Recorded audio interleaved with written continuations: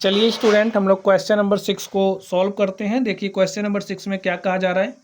निम्नलिखित बिंदुओं द्वारा बनने वाले चतुर्भुज का प्रकार यदि कोई है तो बताइए तथा अपने उत्तर के लिए कारण भी दीजिए। तो यहाँ पर स्टूडेंट हमें कुछ बिंदु दिए गए हैं। हमारा फर्स्ट नंबर है, सेकंड नंबर है, इसी तरीके से हमारे पास थर्ड नंबर भी है। इसमें देखिए हमें 4 बिंदुओं के निर्देशांक दिए गए हैं और हमें बताना है कि इनसे जो बनने वाला चतुर्भुज है वो किस प्रकार का चतुर्भुज है। अगर उसका प्रकार है तो हमें उसके प्रकार को भी बताना है।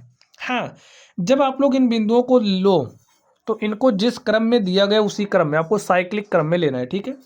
यानी कि देख लीजिए, जैसे अगर हमने पहला बिंदु इसको लिया, ठीक है, इसको लिया -1 -2, तो दूसरा कौन लोगे आप। चाहे आप इस तरह से चलिए, चाहे आप इधर से चलिए, कोई बाउंडेशन नहीं है, लेकिन आपको इसी क्रम में चलना। जैसे आपने पहला बिंदु इसको लिया, दूसरा आपको ये नहीं लेना है, यही लेना है, ठीक है। तो दूसरा आप समझिए इसको ले लिया आपने 1 0, तीसरा हमने लिया बिंदु -1 2, ऐसे लेना है आपको। और चौथा बिंदु आप ऐसे ले लीजिए -3 0। ये आपके अंडरस्टैंडिंग के लिए, आपके समझने के लिए है। अब ये जो पहला बिंदु है इसको हमने ए मान लिया, दूसरे बिंदु को हमने बी मान लिया, तीसरे बिंदु को हमने सी ले लिया, चौथे बिंदु को हमने डी मान लिया। अब आप ए से बी को मिला दीजिए, ऐसे मिला दीजिए, ठीक है। चलिए अब हम लोग ए बी बी सी और सी डी डी ए के बीच की दूरी को निकालेंगे और उसके बाद ही हम बता सकते हैं कि जो बनने वाली आकृति और चतुर्भुज है तथा उसका प्रकार क्या है। तो सबसे पहले आप लोग ए बी के बीच की दूरी निकालिए और बिंदु ए और बी की बीच की दूरी निकालते हैं। लिखिए ए बी क्या हो जाएगा, फॉर्मूला आपको पता है, फॉर्मूला आप क्या अप्लाई करोगे।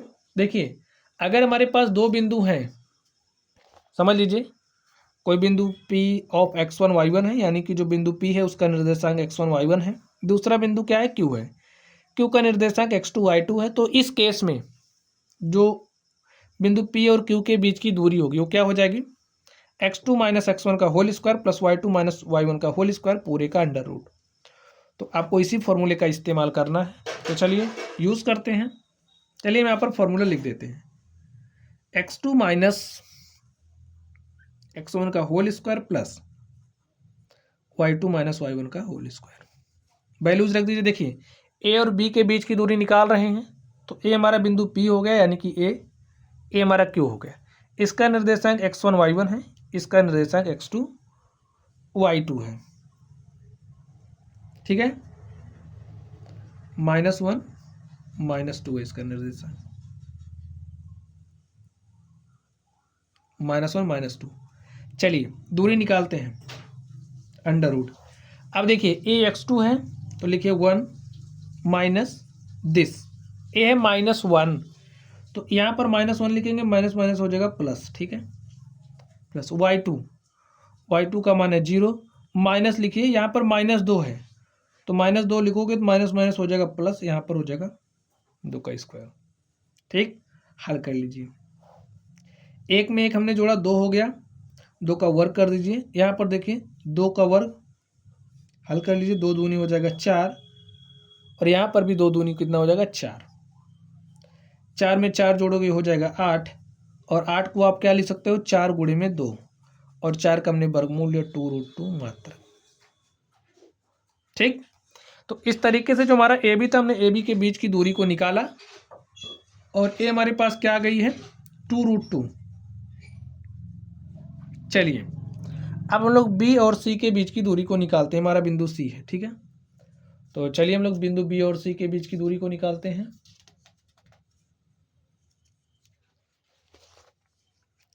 लिखिए बी सी क्या हो जाएगा, बी सी x2 - x1 का होल स्क्वायर, ए x2 है -1 माइनस इसका होल स्क्वायर कर दीजिए प्लस y2 2 - 0 का होल स्क्वायर। हल करते हैं इसको हम, -1 -1 कितना हो जाएगा -2, तो -2 का आप स्क्वायर कर दीजिए प्लस 2 - 0 करोगे तो 2 ही आएगा, 2 का स्क्वायर करिए, -2 का आपने वर्ग किया तो हमारे पास 4 आ गया, 2 का वर्ग किया तो अभी 4 आएगा, 4 में 4 जोड़ा तो हमारे पास 8 हो गया। 8 को हम लोग कैसे लिख सकते हैं, 4 × 2, और 4 को कैसे लिख सकते हैं, अंडर रूट 4 को 2, ठीक है। तो इस तरीके से जो हमारा BC है यानी कि ये जो भुजा है इसकी लंबाई कितनी आ गई 2√2। चलिए हमने AB निकाला, BC निकाला, अब हम लोग CD निकालेंगे। देखिए CD क्या हो जाएगा, अंडर रूट CD निकाल रहे हैं तो x2 माइनस x1 यानी कि आपको क्या लिखना है -3 माइनस, और यहाँ पर देखिए क्या है -1 तो माइनस माइनस हो जाएगा +1 का होल स्क्वायर प्लस y2 का मान 0 है माइनस y1 का मान कितना है 2 है होल स्क्वायर। हल कर लीजिए, -3 + 1 कितना हो जाएगा -2, -2 का वर्ग करिए, 0 - 2 करेंगे तो -2 आएगा, -2 का हमने वर्ग किया, -2 का वर्ग किया 4 आया, -2 का वर्ग किया 4 आया, और हमने 4 में 4 जोड़ा 8 आया, और 8 को कैसे लिख सकते हैं 4 गुणे में 2, और 4 का हमने वर्गमूल लिया तो 2 हो जाएगा अंडर रूट 2 मात्रा। तो इस तरीके से आप देख सकते हैं ये जो हमारा भुजा CD है, C को आप यहाँ पर लिखिए, ठीक है, जो CD है CD का मान कितना आ गया 2√2। चलिए अब हमारे पास ये भुजा बच रही है AD, तो हम लोग AD का भी मान निकाल लेते हैं, भुजा AD की लंबाई निकाल लेते हैं। लिखिए AD, तो निकालिए भाई AD, देखिए क्या आएगा, AD कहिए या फिर DA कहिए, बात एक ही है। तो AD लिया x2 माइनस x1 का होल स्क्वायर -3 माइनस, और यहाँ पर -1 माइनस माइनस +1 का होल स्क्वायर, ठीक है, प्लस y2 माइनस y1 का मान क्या है 0 है, माइनस y1 का मान कितना है -2 है, तो माइनस माइनस +2 का होल स्क्वायर।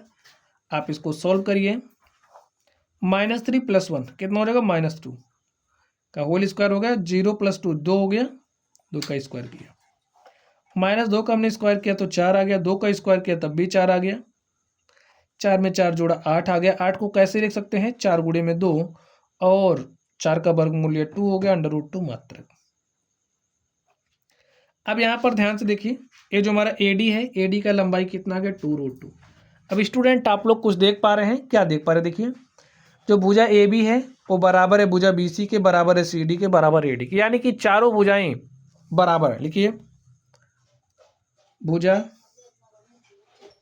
AB बराबर BC बराबर CD बराबर AD, अर्थात चारों भुजाएं क्या हैं बराबर हैं, चारों भुजाएं बराबर हैं। इसलिए ये जो हमारा चतुर्भुज बन रहा है इसका प्रकार क्या है वर्ग है।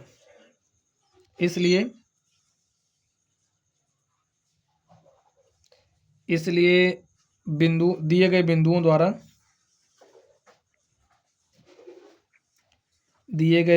द्वारा बनने वाला चतुर्भुज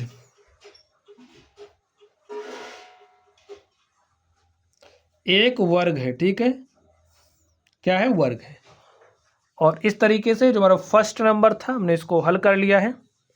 चलिए अब हम लोग इसके सेकंड नंबर पर चलते हैं और देखते हैं इसका सॉल्यूशन क्या होगा। तो स्टूडेंट इसको भी आप वैसे ही हल करोगे जैसे आपने इसको सॉल्व किया है। बिंदु देखिए क्या क्या दिया गया है, बिंदु दिया गया -3 5, ठीक है, बिंदु दिया गया 3 और 1, क्या दिया गया 3 1, क्या दिया गया फिर 0 3, आगे क्या दिया गया -1 -4, ठीक है। इसको आप A मान लीजिए, A हमारा बिंदु B है। हाँ, जिस क्रम में दिया गया उसी क्रम में चलना है, -3 5 3 1 0 3 -1 -4, मिला दीजिए,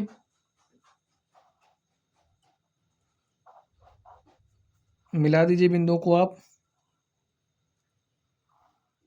A B, आप इसको C ले लीजिए, इसको D ले लीजिए, ठीक है। चलिए अब चतुर्भुज का प्रकार क्या होगा, इसके लिए तो हमें बीच की दूरी निकालनी पड़ेगी, दूरी के आधार पर हम बता सकते हैं। चलिए निकालते हैं। तो AB क्या हो जाएगा स्टूडेंट, AB निकालते हैं।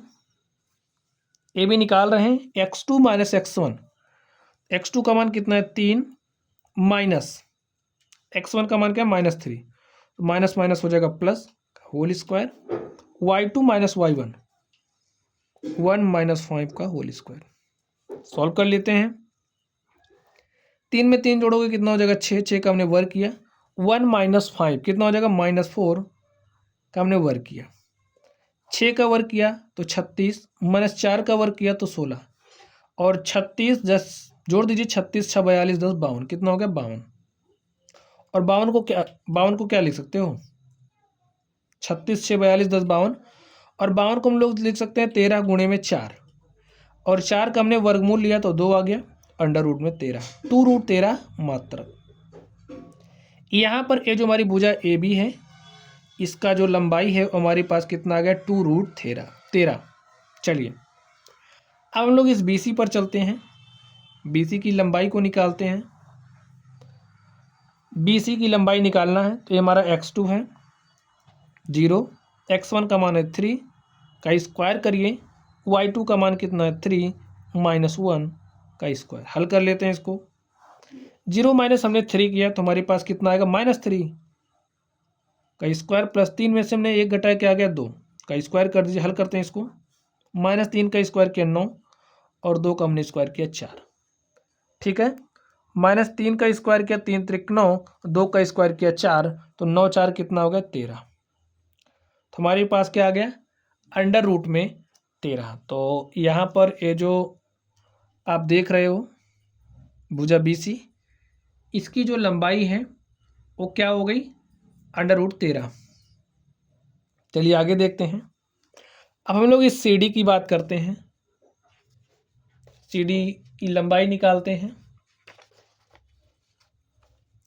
लिखिए C D is equal to क्या हो जाएगा अंडर रूट सी डी, यानी कि x2 हो जाएगा -x1 का होल स्क्वायर प्लस y2 -4 है -3 का होल स्क्वायर। हल कर लीजिए इसको।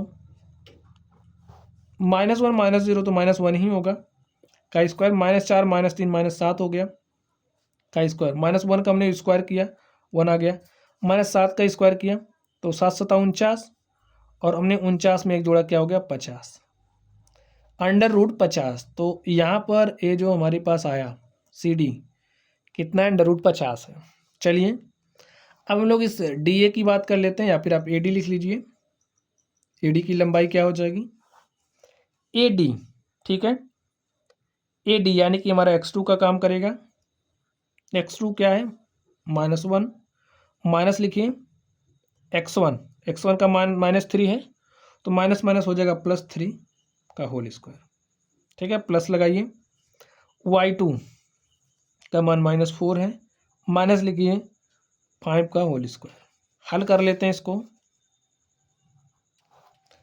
3 - 1 कितना हो जाएगा 2 का स्क्वायर, -4 -5 कितना हो जाएगा -9, तो लिख दीजिए -9 का स्क्वायर। हल करते हैं इसको। 2 का हमने वर्क किया 4, -9 का स्क्वायर किया तो 9 9 81, 81 में हमने 4 जोड़ा तो हो गया 85।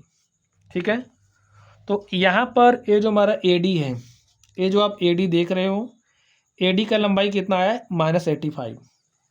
अब यहाँ पर आपने कुछ देखा, जो भुजा ए बी है वो बराबर नहीं है बी सी के, बराबर नहीं है सी डी के, बराबर नहीं है ए डी, यानी कि चारों भुजाएं अलग अलग माप की हैं। लिखिए दिए गए बिंदु विषम बाहु चतुर्भुज, ठीक है, विषम बाहु, दिए गए बिंदु विषम बाहु चतुर्भुज के निर्देशांक हैं, चतुर्भुज के निर्देशांक हैं।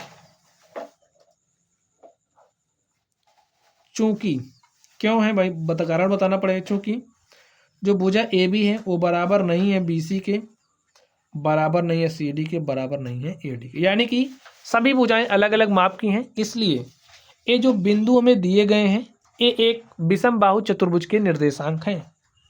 तो इस तरीके से जो हमारा सेकंड नंबर था हमने इसको सॉल्व कर लिया है। चलिए अब हम लोग अगले नंबर पर चलते हैं और देखते हैं हमारा अगला नंबर क्या है। इसके थर्ड नंबर पर चलते हैं। तो स्टूडेंट अब आप लोग इसके थर्ड नंबर को ध्यान से देखिए। चलिए बिंदु दिया गया 4 5 7 6 4 3 1 2। तो बिंदुओं को हम लोग एक चतुर्भुज का रूप देते हैं। कैसे बनेगा हमें नहीं पता, इसलिए ये समझिए ओरल फिगर है, वैसे बना रहे हैं। बिंदु दिया है 4 5 7 6, रफ फिगर है, ठीक है। 7 6 4 3 और ए हमारा है 1 2। इसको आप ए लिख दीजिए, इसको बी लिख दीजिए, हमारा सी है, हमारा डी है। मिला दीजिए, ए को हमने बी को बी से, बी को सी से, सी को डी से और डी को ए से मिला दिया है। चलिए अब हम लोग इसको सॉल्व करते हैं और देखते हैं इसका सॉल्यूशन क्या होगा। बिंदु ए बी के बीच की दूरी निकालते हैं।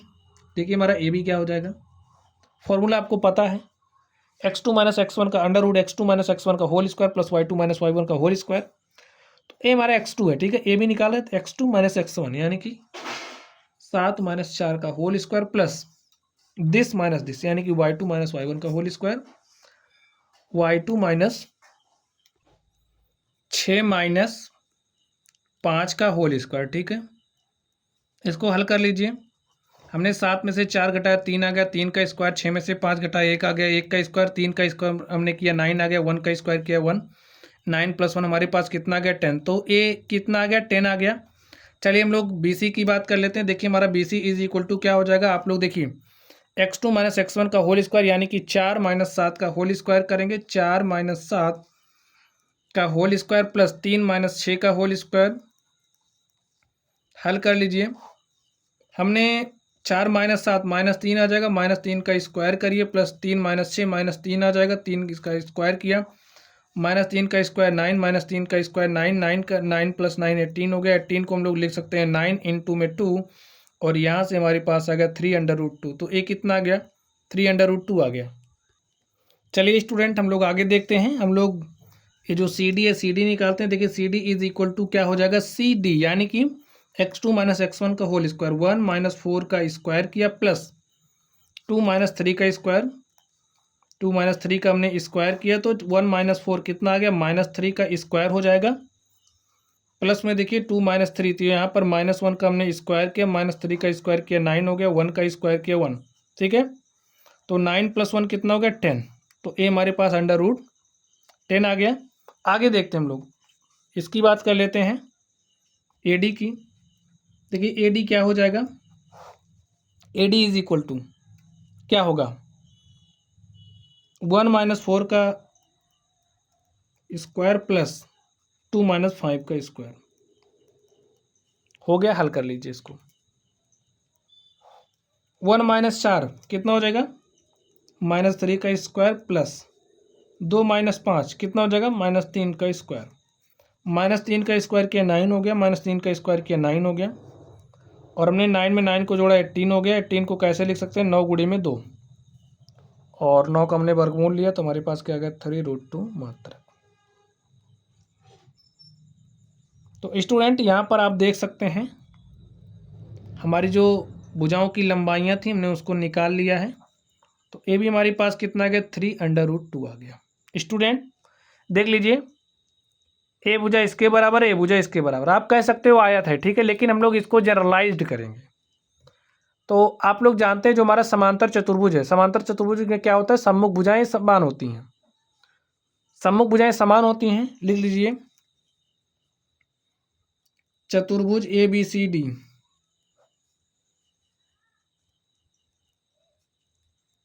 एक समांतर चतुर्भुज, क्योंकि जो हमारा आयत है वो भी एक समांतर चतुर्भुज ही होता है, ठीक है।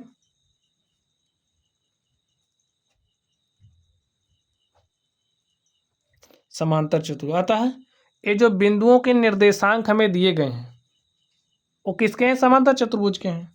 तो बस हमें यही सॉल्व करना था। तो इस तरीके से जो हमारा प्रश्न था हमने इसको हल कर लिया है। तो चलिए आप लोग पढ़ते रहिए। Thank you.